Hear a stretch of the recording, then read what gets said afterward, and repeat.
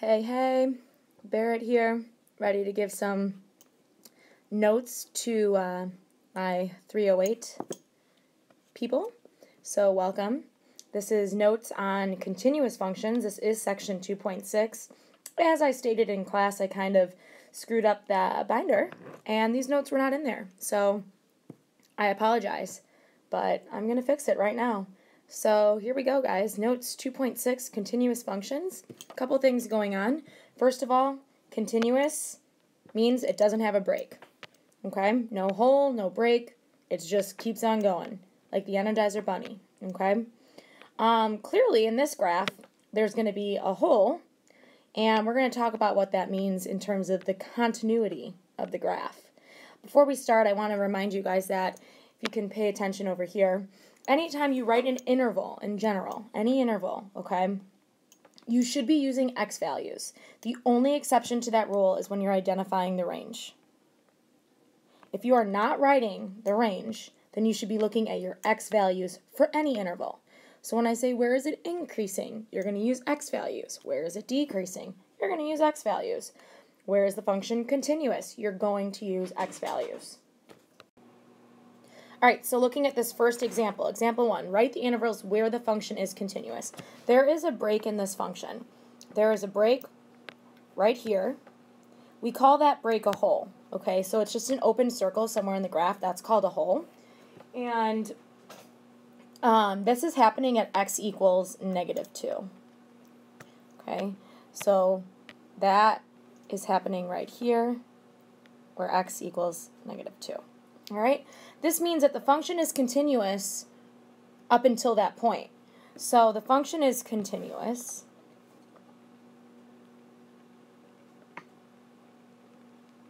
from -infinity up until that point at -2. All right, so -infinity all the way to 2. I'm sorry, -2. Okay, and it's also continuous after that. So it's also continuous from -2 to infinity. All right, so that's really it, and I used parentheses with the -2 because there is a hole at -2. Ironically, this is also the domain of the graph. That might not always happen, so keep that in mind. All right, let's go on to example 2.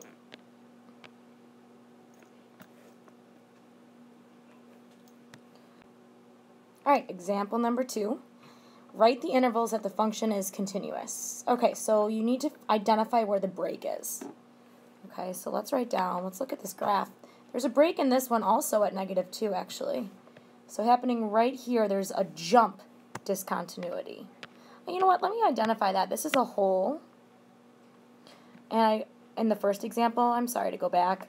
So that's the kind of discontinuity that we have there. We have a hole. This one is called a jump discontinuity because obviously there is a jump from one part of the function to the next, okay?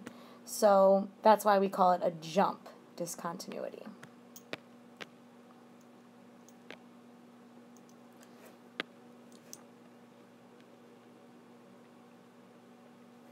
All right, so let's go ahead and identify. Do you guys agree, I hope you do, that this function is continuous, okay, all the way up until this point where there's a jump discontinuity, and then it starts to be continuous again after that. So again, it's actually going to be a similar interval. So from -infinity all the way up until that point at x equals -2, we are continuous. So from -infinity all the way up to that point at 2, we are continuous. Here's the question. Do I need a parenthesis or a bracket? Well, this circle for this part is filled in. So from the left, I actually will use a bracket. So we are continuous up until that point, but including that point. After that, we start up again at -2. I should have had a negative there, my bad. Okay, so we still have -2 to infinity. However, this time we're not including that -2 since it's an open circle. So that's it, guys. -infinity to -2 union -2 to infinity is the continuous intervals. Okay, Now, keep in mind, oops, someone's lunch is done, not mine. Note that the domain for this one actually is negative infinity to positive infinity. So the domain and the continuous intervals don't always match up. All right, last one. Lots of questions here. Let's go through this. Example 3 is asking for the domain and the range. So domain. Starting from the left, we are starting over here at x equals -8. So -8, let's do a bracket with that. And we're going up to right here at -2. But then, hold on, there's a jump discontinuity and I keep going. I keep going to right at 2. So my domain is going to be from -8 to +2 with a bracket. Okay, and then there's a little bit of space in between where my next part starts up. My next part starts up right here, open circle on that 4. And then goes to here. However, if you follow that down, we have another part of the graph that's ending at 10. So that 4 will go to 10 with a bracket. You're good. And we'll put a union in between those. Okay, range, bottoms up. So for this range, we have that horizontal segment down at -10. And that's it. So I'm going to do my curly braces around that. And then there's a little space, and we start up again at -9 with a parenthesis. And let's see, we go up to -1 with a bracket. And then there's a space again. And we start up again here at 2.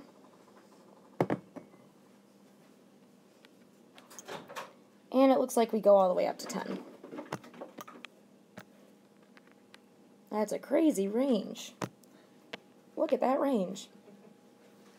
All right, where are we continuous? Now we're going to use our x values for our intervals where we are continuous. All right. So we are continuous from -8 all the way over here to 2. And then there's a jump discontinuity. So since there is a jump discontinuity, it's not like the domain where I can check if it keeps going. You've got to write down that we're continuous from -8 to -2, and then there's a jump. So we are continuous from -8 to -2, and it does include -2, but then there's a jump. And we start up again at -2, and we go until 2.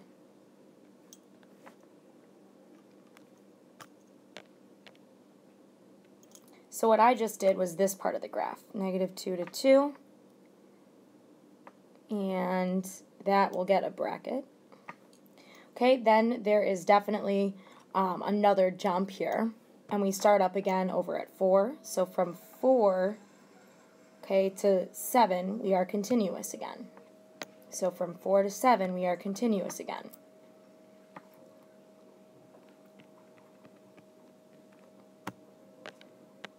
And finally, there's a jump, and then we start up again at 7, and we go to 10, and we're continuous there.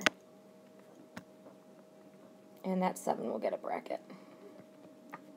So it's a little bit similar to the domain, but not exactly. Oops, they both get a bracket. Because we need to identify those jump discontinuities. All right, last part, increasing, decreasing, and constant. So increasing. We are increasing from, let's see, it's kind of hard to see with all these marks. Okay, so we are increasing, starting here at 4 to, that should be a -2, so -4 to -2.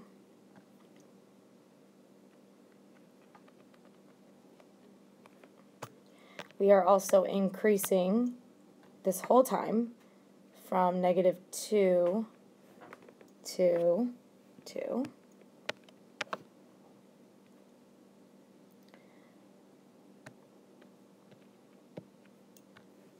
negative 2 to 2. And because of that, we actually can combine these, okay? Because technically we're still increasing even though it's in a different spot. So I'm just going to rewrite this as negative 4 to 2. It's all increasing. We'll get rid of that original. I didn't notice that until just right now, so that's okay. That's just part of the process, guys. We're still increasing from 4 to 6, and then we're done. So final answer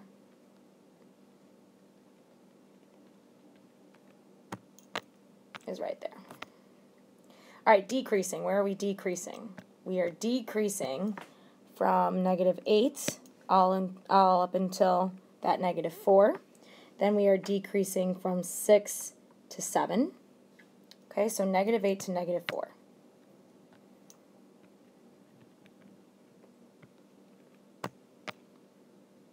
And that negative 4 is inclusive. And then we said 6 to 7.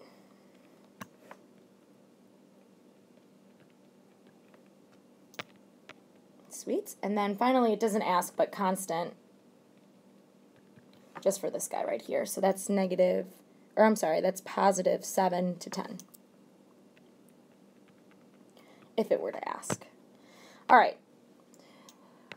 Now that last part was definitely a little crazy, guys, so I would just make sure that you go back over that. Some of these graphs get a little nutty. The activity from Friday was a really good way to kind of work through some of that confusion.